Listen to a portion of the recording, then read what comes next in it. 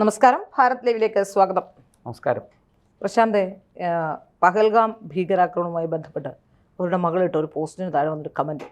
ആ കമന്റ് വളരെ കൊല്ലപ്പെട്ട രാമേന്ദ്രന്റെ മകൾക്ക് നേരെ വന്നൊരു എടപ്പള്ളി സ്വദേശി. ആ കമന്റ് വലിയ രീതിയിൽ പ്രശ്നമുണ്ടാക്കുന്ന ഒരു കമന്റ് ആയിരുന്നു. വിഘടനവാദവും തീവ്രവാദവും കാശ്മീരിനെ വിഘടിപ്പിക്കുന്ന കാര്യവുമൊക്കെ പറഞ്ഞുകൊണ്ടുള്ള ഒരു മരണത്തിൽ പുലർത്തേണ്ട സാമാന്യ മര്യാദ പോലും വരാത്തൊരു കമന്റ്. ഏതായാലും അതിനെതിരെ പരാതിയുമായി ഒരു BJP യുവമോർച്ച നേതാവ് പോവുകയും പിന്നീട് അത് വനിതാ നേതാവ് പോവുകയും അത് വലിയ രീതിയിൽ ചർച്ച ചെയ്യപ്പെടുകയൊക്കെ അന്ന് ചെയ്തതാണ്. അതിനുശേഷം ഏതായാലും ഇപ്പോൾ എയർപോർട്ടിൽ വന്നിറങ്ങിയപ്പോൾ തന്നെ അറസ്റ്റ് ചെയ്തിരിക്കുന്നു. എനിക്ക് തോന്നുന്നു ശേഷം എനിക്ക് തോന്നുന്നു അയാൾ മനസ്സിലാക്കിയിട്ടുണ്ടാവില്ല അറസ്റ്റ് ചെയ്യപ്പെടുമെന്നോ. ഇതൊരു തമാശയായി എപ്പോഴും കേരളത്തിന് വെളിയിലിരുന്ന് എല്ലാവരും ചെയ്യുന്നുണ്ട്. ഗൾഫിലൊക്കെ കുറേ ഐഡിയ എടുത്ത് വെച്ചിട്ട് ഇത്തരത്തിൽ ചെയ്യുന്നുണ്ട്, കേരളത്തിലും ചെയ്യുന്നുണ്ട്. തമാശയായി പോകുമെന്ന് വിചാരിച്ചിട്ടാവും. പക്ഷെ ആ ഗുരുതരമായ കമൻ്റ് ആയിരുന്നു എന്ന കാര്യത്തിൽ സംശയമില്ല. അത് കേരളത്തിലെ പോലീസ് ഈ വിഷയത്തിൽ ഇപ്പോൾ അറസ്റ്റ് ചെയ്തെങ്കിലും ഇത് സത്യത്തിൽ NIA അടക്കമുള്ളവർ ഇയാളുടെ നിലപാടുകൾ ബാക്കിയുള്ള കാര്യങ്ങൾ അന്വേഷിക്കേണ്ടതല്ലേ? ഈ കേരള പോലീസ് അന്വേഷിച്ചുകൊണ്ട് ഇതിലൊരു സത്യം തെളിയുമെന്നോ അല്ലെങ്കിൽ എന്താണ് ഇയാളുടെ വരവിൻ്റെ ഉദ്ദേശം, ഇയാളെ എങ്ങനെയാണ്, ഇയാളുടെ മുഴുവൻ കാര്യങ്ങളും അന്വേഷിക്കേണ്ടതുണ്ട്. കാരണം ഇങ്ങനെ ഒരു പോസ്റ്റ് വളരെ ക്രൂരമായൊരു കമൻ്റ് ആയിരുന്നു എന്ന് മനസ്സിലാക്കുന്നു. കമൻറ്റ് ചിലപ്പോൾ പ്രശാന്ത് വായിക്കുമായിരിക്കും എന്ന് എനിക്ക് തോന്നുന്നു, പറയുമായിരിക്കും. ഏതായാലും ഇത് അന്വേഷണം കൂടുതൽ ഊർജിതപ്പെടുത്തേണ്ടതല്ലേ? തീർച്ചയായിട്ടും. ഇത് കേരള പോലീസ് അന്വേഷിച്ചതുകൊണ്ട് ഈ കുറ്റവാളി സാധാരണഗതിയിൽ ഒരു ഏറ്റവും കുറഞ്ഞ ശിക്ഷ ലഭിക്കാൻ സാധ്യതയുണ്ട് എന്ന് ഞാൻ ഭയപ്പെടുന്നു. എന്തുകൊണ്ട് ഭയപ്പെടുന്നു എന്നുള്ളതിൻ്റെ കാരണവും കൂടി ഞാൻ പറയാം. ഈ പോസ്റ്റ് വായിച്ചാൽ നമ്മുടെ നട്ടലിലൂടെ ഒരു വിറയൽ കടന്നു പോകും. കാരണം ഇത്ര ഗുരുതരമായ ഒരു സാഹചര്യത്തിലാണോ കേരളം എത്തി നിൽക്കുന്നത്? മാനസികാവസ്ഥയുള്ള മനുഷ്യരുടെ ഇടയിലാണ് ഇത്രയും ക്രൂരമായ പൈശാചികമായ മാനസികാവസ്ഥയുള്ള മനുഷ്യരുടെ ഇടയിലാണോ നമ്മൾ ജീവിക്കുന്നത്? കേവലം ഒരാളിട്ട പോസ്റ്റായിട്ട് ഇതിനെ മാത്രമല്ല, അതിനകത്ത് അയാൾ പറയുന്ന വേറൊരു ഗുരുതരമായ, ഞാൻ പോസ്റ്റ് ആദ്യം ഒന്ന് വായിച്ചപ്പോൾ എനിക്ക് മനസ്സിലായത് എന്റെ സഹോദരങ്ങളെന്ന് അയാൾ പറഞ്ഞിരിക്കുന്നത് തീവ്രവാദികളെയാണ്. അയാൾ തീവ്രവാദികളാണെന്ന് സമ്മതിക്കുകയാണ്. അതെ, അതായത് താൻ സ്വയം തീവ്രവാദിയാണ് എന്ന് അതുകൊണ്ട് തന്നെ ഈ പഹൽഗാം കൂട്ടക്കൊല നടത്തിയിരിക്കുന്ന കൊടും ഭീകരന്മാർ എൻ്റെ സഹോദരങ്ങൾ. ഞാൻ ആ പോസ്റ്റ് വായിച്ചിട്ട് നമുക്ക് ചർച്ചയിലേക്ക് പോകാം. ഈ പിന്നെ രാമചന്ദ്രൻ, കൊല്ലപ്പെട്ട കൊച്ചി എടപ്പള്ളി സ്വദേശിയായ രാമചന്ദ്രൻ്റെ മകൾ ഇട്ട ഒരു പോസ്റ്റാണ്. ആ പോസ്റ്റിന് താഴെ വന്നിരിക്കുന്ന ഒരു കമൻ്റാണിത്. ഇത് ശരിക്കും ഒരു പോസ്റ്റല്ല, ഇതൊരു കമൻ്റാണ്. പക്ഷെ ആ കമൻ്റ് അങ്ങേറ്റം പൈശാചികമാണ്. അതുകൊണ്ടാണ് ഈ യുവമോർച്ച വനിതാ നേതാവ് അദീന ഭാരതി ഇത് ഒരു പരാതി കൊടുക്കുകയും അത് ഫോളോ അപ്പ് ചെയ്യുകയും പോലീസ്, ഞാൻ അതിൻ്റെ ആ വശങ്ങളിലേക്ക് ഞാൻ പിന്നീട് വരാം. പക്ഷേ ഈ പോസ്റ്റ് നമുക്ക് ആദ്യം ഒന്ന് വായിച്ചിട്ട് നമുക്കതിലേക്ക് വരാം. ഇങ്ങനെയാണോ എൻ്റെ സഹോദരങ്ങൾ ഈ കാഫിറിനെ കൊന്നുകളഞ്ഞത്? അതായത് ആലോചിച്ചു, എന്റെ സഹോദരങ്ങൾ എന്ന് പറഞ്ഞാൽ തീവ്രവാദികൾ. പഹൽഗാമിൽ രാമചന്ദ്രനെ തീർത്ത തീവ്രവാദികളാണ് ഈ പറയുന്ന 10-25 പേരെ മതം ചോദിച്ച് കൊലപ്പെടുത്തി. അതാണ് മതം ചോദിച്ച് കലിമ ചൊല്ലാൻ ആവശ്യപ്പെട്ടതിന് ശേഷം കൊലപ്പെടുത്തിയിട്ട് അവരുടെ ഭാര്യമാരോട് പറയുകയാണ്, നിന്റെയൊക്കെ നെറ്റിയിലെ സിന്ദൂരം ഞങ്ങൾ മായ്ച്ചിട്ടുണ്ട്, നീ പോയി മോദിയോട് പരാതി മോദിയോട് പറ എന്നാണ് പറഞ്ഞത്. ഞാൻ ഈ പോസ്റ്റ് മുഴുവനും വായിക്കാം.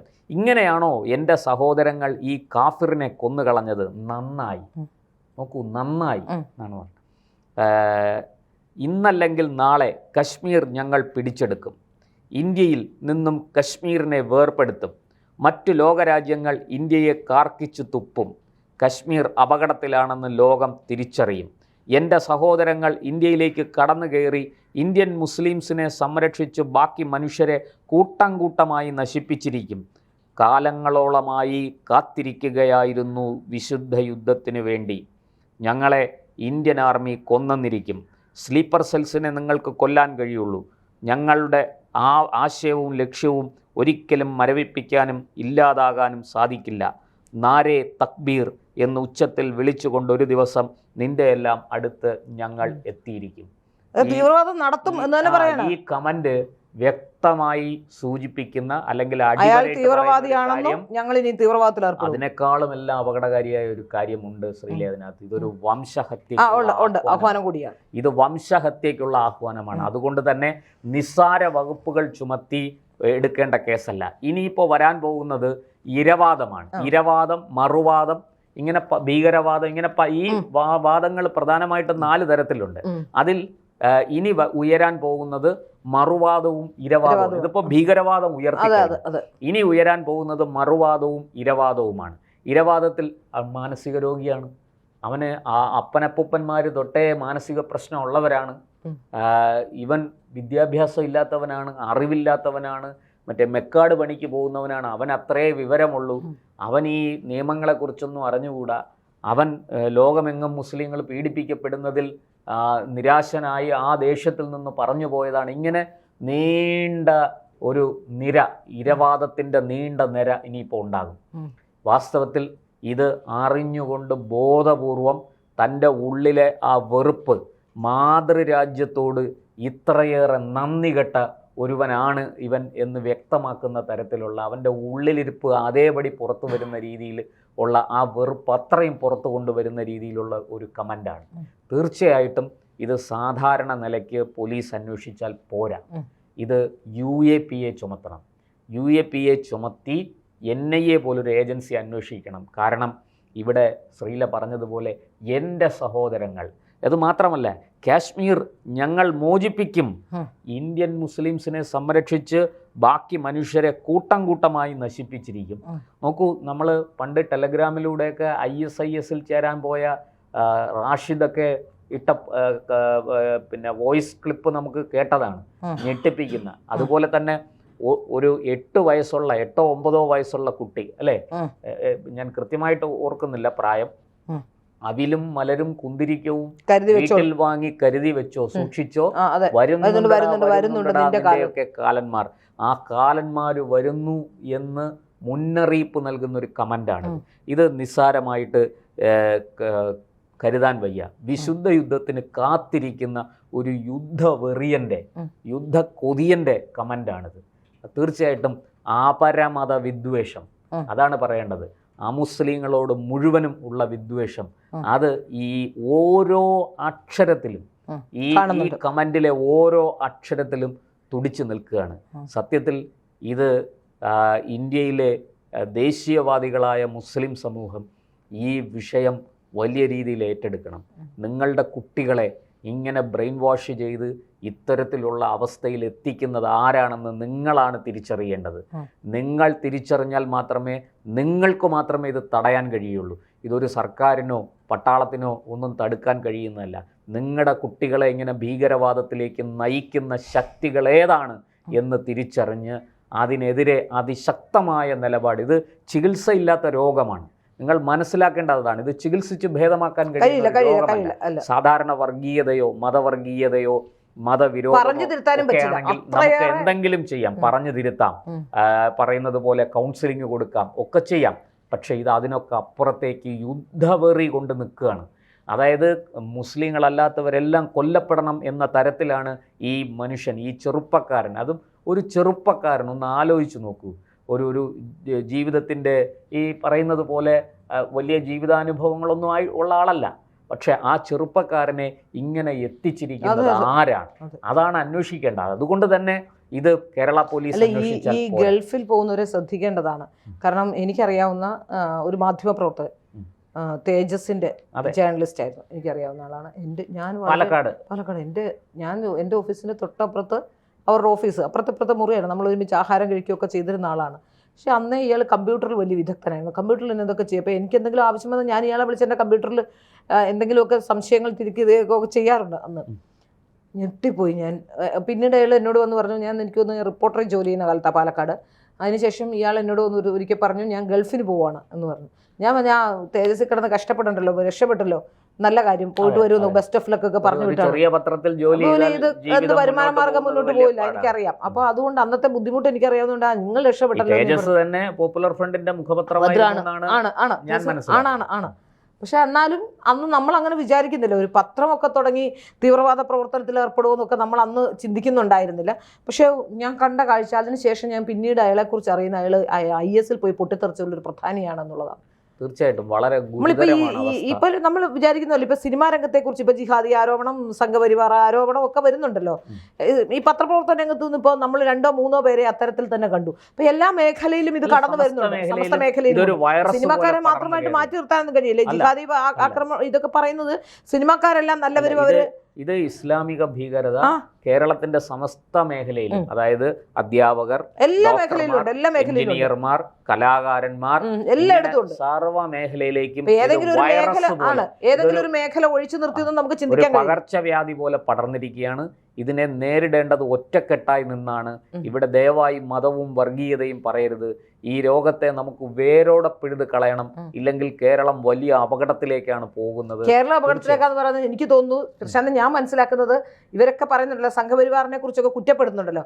സംഘപരിവാറാണ് ഇവിടെ വർഗീയത വാഴ്ത്തുന്ന രീതിയിലാണല്ലോ പറയുന്നത്. മറ്റ് സംസ്ഥാനങ്ങളിൽ, മറ്റ് 22 സംസ്ഥാനങ്ങളിൽ ഇപ്പോൾ ഇന്ത്യയിൽ ഭരണത്തിലുണ്ട് BJP. ആ ഭരണത്തിലുള്ള സംസ്ഥാനങ്ങളിൽ നിന്ന് ഇത്തരത്തിലുള്ള ഒരു IS-ലെ എന്തെങ്കിലും കാര്യങ്ങളോ ഇത്തരത്തിലുള്ള കാര്യങ്ങൾ എവിടെ നോക്കിയാലും ഒരു കണ്ണി കേരളത്തിൽ നിന്നുള്ളതായിരിക്കും. ഏത് കേസിൽപ്പെട്ടാലും, തീവ്രവാദ പ്രവർത്തനത്തിലായാലും ഞാൻ ഞെട്ടിപ്പോയത് കേരളത്തിലെ കോളേജുകളിൽ പൊയിനാച്ചി ഡെന്റൽ കോളേജിൽ പഠിച്ച പെൺകുട്ടി IS-ലേക്ക് എത്തുന്നു.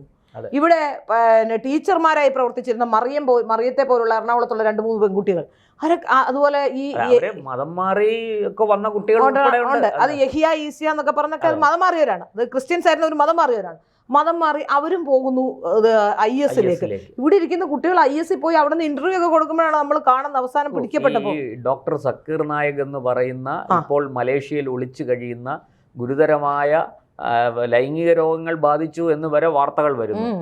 ഈ വ്യക്തിയുടെ ഒക്കെ നിരന്തരമായ പ്രഭാഷണങ്ങൾ ഇത് യൂട്യൂബിലൂടെയും മറ്റുമൊക്കെ വളരെ വ്യാപകമായിട്ട് ഇപ്പോൾ കേരളത്തിൽ അങ്ങനെ ഈ യൂട്യൂബിൽ കൂടി ഇത്തരത്തിൽ വർഗീയ വിഷം വമിപ്പിക്കുന്ന ധാരാളം ആൾക്കാരുണ്ട്. പിന്നെ ഈ ഇസ്ലാം അല്ലാത്ത എല്ലാറ്റിനെയും തുടച്ചു നീക്കണം എന്ന് ആഹ്വാനം ചെയ്യുന്ന, അങ്ങനെ പഠിപ്പിക്കുന്ന നിരവധി മതപണ്ഡിതന്മാരുണ്ട്.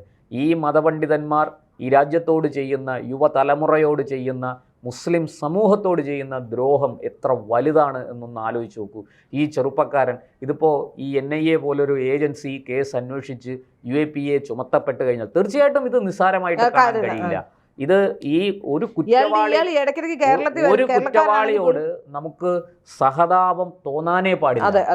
ഇത് പക്ഷേ എനിക്ക് സങ്കടമുണ്ട്. എന്താന്ന് വെച്ചാൽ ഈ ചെറുപ്പക്കാരനെ ഇത്രയും വളർത്തി വലുതാക്കിയ മാതാപിതാക്കൾ, രക്ഷകർത്താക്കൾ, പഠിപ്പിച്ച അധ്യാപകർ, മറ്റു കുടുംബാംഗങ്ങൾ, അവരോടൊക്കെ കണ്ടല്ലേ പ്രാണേഷ് കുമാർ പിള്ള, അതെ, വലിയ സഹതാപം തോന്നി. വേറെന്തോ പേരായിരുന്നു മുസ്ലിം, പിന്നെ ഞാൻ പേര് മറന്നുപോയി.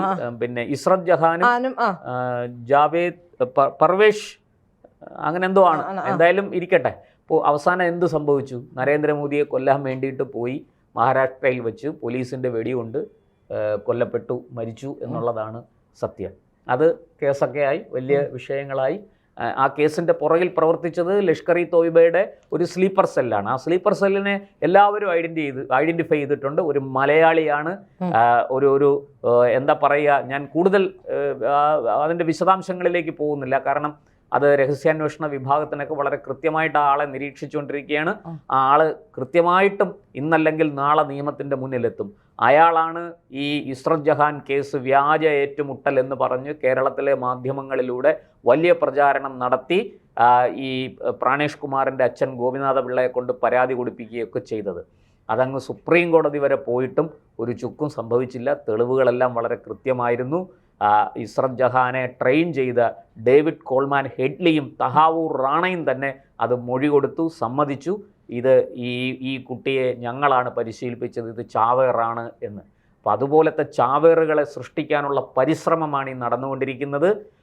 ഇത് പ്രായഭേദമന്യേ കൊച്ചുകുട്ടിയിൽ തുടങ്ങി വൃദ്ധർ വരെയുള്ള ഒരു നീണ്ട നിര ഇതിനകത്ത് പെട്ടിട്ടുണ്ട്.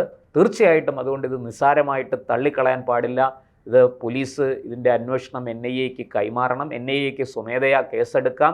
UAPA പോലെയുള്ള വകുപ്പുകൾ ചുമത്തി തീർച്ചയായിട്ടും ഇതിൻ്റെ വേര് കണ്ടെത്തണം. ഇത് ഈ ഒരു ചെറുപ്പക്കാരനിൽ മാത്രം നിർത്താനുള്ളതല്ല. ഇയാളെ ഇതിന് പ്രേരിപ്പിച്ച ആൾക്കാർ, ഇയാൾക്ക് ഈ സാഹചര്യങ്ങൾ ഒരുക്കി കൊടുത്തവർ ഒക്കെ, ഇതുമായി ബന്ധപ്പെട്ട് പ്രവർത്തിച്ച ആൾക്കാർ ഒക്കെ പിടിയിലാകണം. ഇതിൻ്റെ വേരറുക്കുക തന്നെ വേണം. അതിന് NIA അന്വേഷണം കൊണ്ട് മാത്രമേ സാധിക്കൂ.